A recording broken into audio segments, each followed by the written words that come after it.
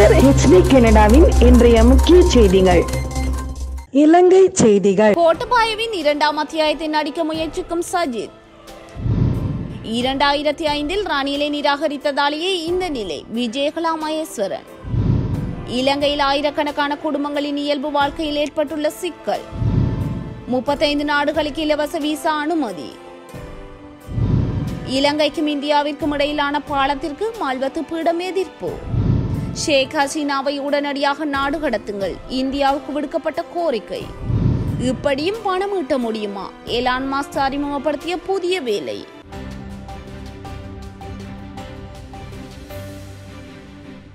கோட்டபாய ராஜபக்ஷ காலத்தின் 2வது அத்தியாயத்தை சஜித் பிரேமதாச நடிக்க முயற்சிக்கிறாரா என்று தான் ஆச்சரியப்படுவதாக நாடாளுமன்ற உறுப்பினர் பதவி ராஜினாமா செய்த ஐக்கிய மக்கள் சக்தியின் முன்னாள் நாடாளுமன்ற உறுப்பினர் தலதா அத்துக்கோரல தெரிவித்துள்ளார்.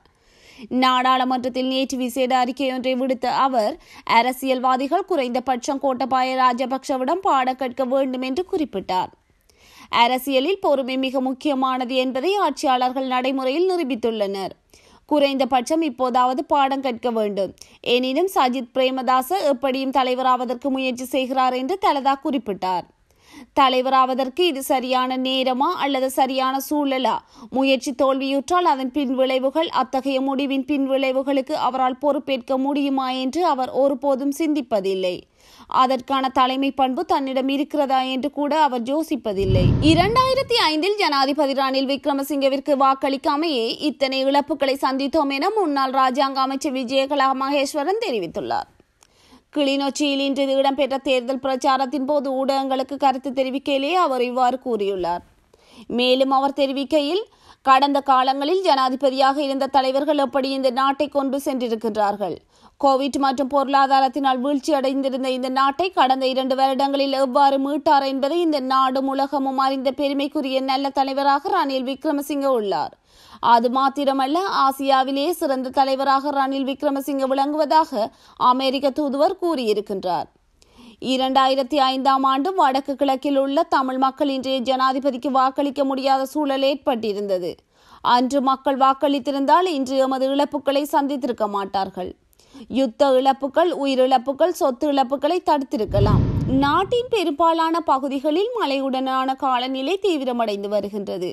இதனால் களுத்துறை, புத்தளம், கேகாலை மற்றும் இரத்தினபுரி ஆகிய மாவட்டங்கள் கடுமையாக பாதிக்கப்பட்டுள்ளதாக அனர்த்த முகாமைத்துவ நிலையம் தெரிவித்துள்ளது.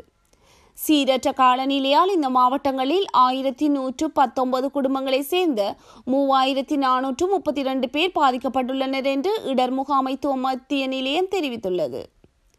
மேலும் மழையுடன் வீசிய கடுங்காற்று காரணமாக குறித்த பகுதிகளில் உள்ள 76 வீடுகளுக்கு பகுதியளவில் சேதம் ஏற்பட்டுள்ளதாகவும் குறித்த நிலையம் சுட்டிக்காட்டியுள்ளது.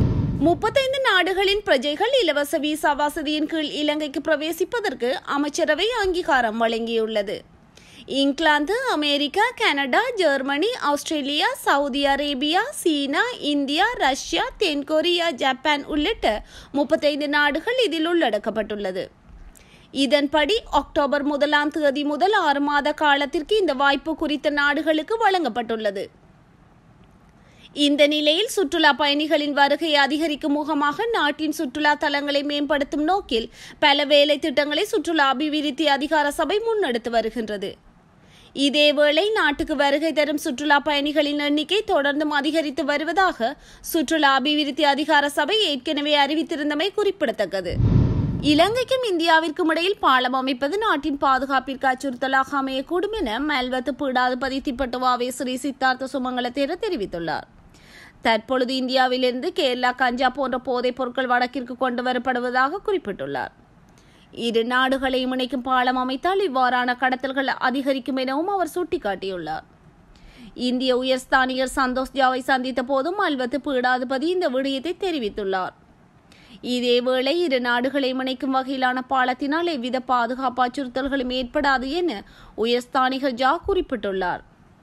இந்த பாலத்தின் ஊடாக 2 நாடுகளுக்கும் இடையிலான வர்த்தக உறவுகள் வலுப்படுத்தப்படும் எனவும் வடக்கின் உட்கட்டுமான வசதிகள் மேம்படும் எனவும் அவர் தெரிவித்துள்ளார்.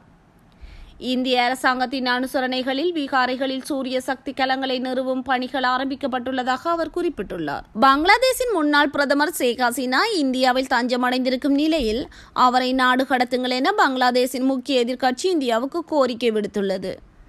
மாணவர்களிட ஒதுக்கீட்டு போராட்டம் பங்களாதேஷில் நடந்த நிலையில் அது வன்முறையாக மாறியதால் பிரதமர் பதவி விலகல் செய்துவிட்டு ஷேக் ஹசீனா பங்களாதேஷிலிருந்து தப்பி இந்தியாவில் தஞ்சமடைந்துள்ளார். இந்நிலையில் அவர் மீது கொலை வழக்கு உள்பட சில வழக்குகள் நீதிமன்றத்தில் பதிவு செய்யப்பட்டுள்ளது. இதனை அடுத்து ஷேக் ஹசீனாவை நாடு கடத்த வேண்டும் என்று பங்களாதேஷின் முக்கிய எதிர்க்கட்சி BNP இந்தியாவுக்கு கோரிக்கை விடுத்துள்ளது. மேலும் ஷேக் ஹசீனாவை பங்களாதேஷ் அரசிடம் சட்டப்பூர்வமாக இந்தியா ஒப்படைக்க வேண்டும் என்றும் அவர் நீதிமன்றத்தில் வழக்கு விசாரணை எதிர்கொள்ள இருப்பதால் இந்தியா அதற்கு உதவ வேண்டும் என்று கட்சியின் பொதுச் செயலாளர் தெரிவித்துள்ளார். பிரபல தொழிலதிபர் எலான் மஸ்கின் பிரபல வாகனங்கள் மற்றும் தொழில்நுட்ப பொருட்கள் தயாரிப்பு நிறுவனமான டெஸ்லா ஒரு நாளைக்கு 7 மணி நேரம் நடப்பதன் மூலம் பணம் ஈட்டக்கூடிய ஒரு வேலையை அறிமுகப்படுத்தியுள்ளதாக வெளிநாட்டு ஊடகங்கள் செய்தி வெளியிட்டுள்ளன. வாகனங்கள் தயாரிப்பதை தவிர்த்து அதிநவீன அறிவியல் சாதனங்களை தயாரிக்கும் முயற்சியில் எலான் மஸ்க் தலைமையிலான டெஸ்லா ஈடுபட்டு வருகின்றது. அந்த வகையில் மனிதனை போன்ற ஹியூமனாய்ட் ஆப்டிமஸ் ரோபோக்களை டெல்சா தயாரித்து அதை மனிதர்கள் செய்யும் விடயங்களை செய்ய பழக்கி வருவதாக தெரிவிக்கப்படுகின்றது. அவ்வாறு தயாரிக்கப்படும் குறித்த ரோபோக்களுக்கு மனிதர்களின் செயற்பாடுகளை சொல்லித் தருவதற்காக குறித்த வேலை அறிமுகப்படுத்தப்பட்டுள்ளதாகவும் இந்த வேலைக்கு இலங்கை மதிப்பின்படி சுமார் 1 லட்சம் ரூபாய் சம்பளம் வழங்கப்பட உள்ளதாகவும் தெரிய வந்துள்ளது. இதன்படி அசைவுகளை பிரதியெடுக்கும் மோஷன் கேப்சர் சூட்டுடையையும் VR ஹெட்செட்டையும் அணிந்து கொண்டு நாளொன்றுக்கு 7 மணி நேரம் நடக்க வேண்டும் எனவும் அப்படி நடக்கும் போது அந்த அசைவுகளை ரோபோக்கு கற்றுத்தர முடியும் என கூறப்படுகின்றது.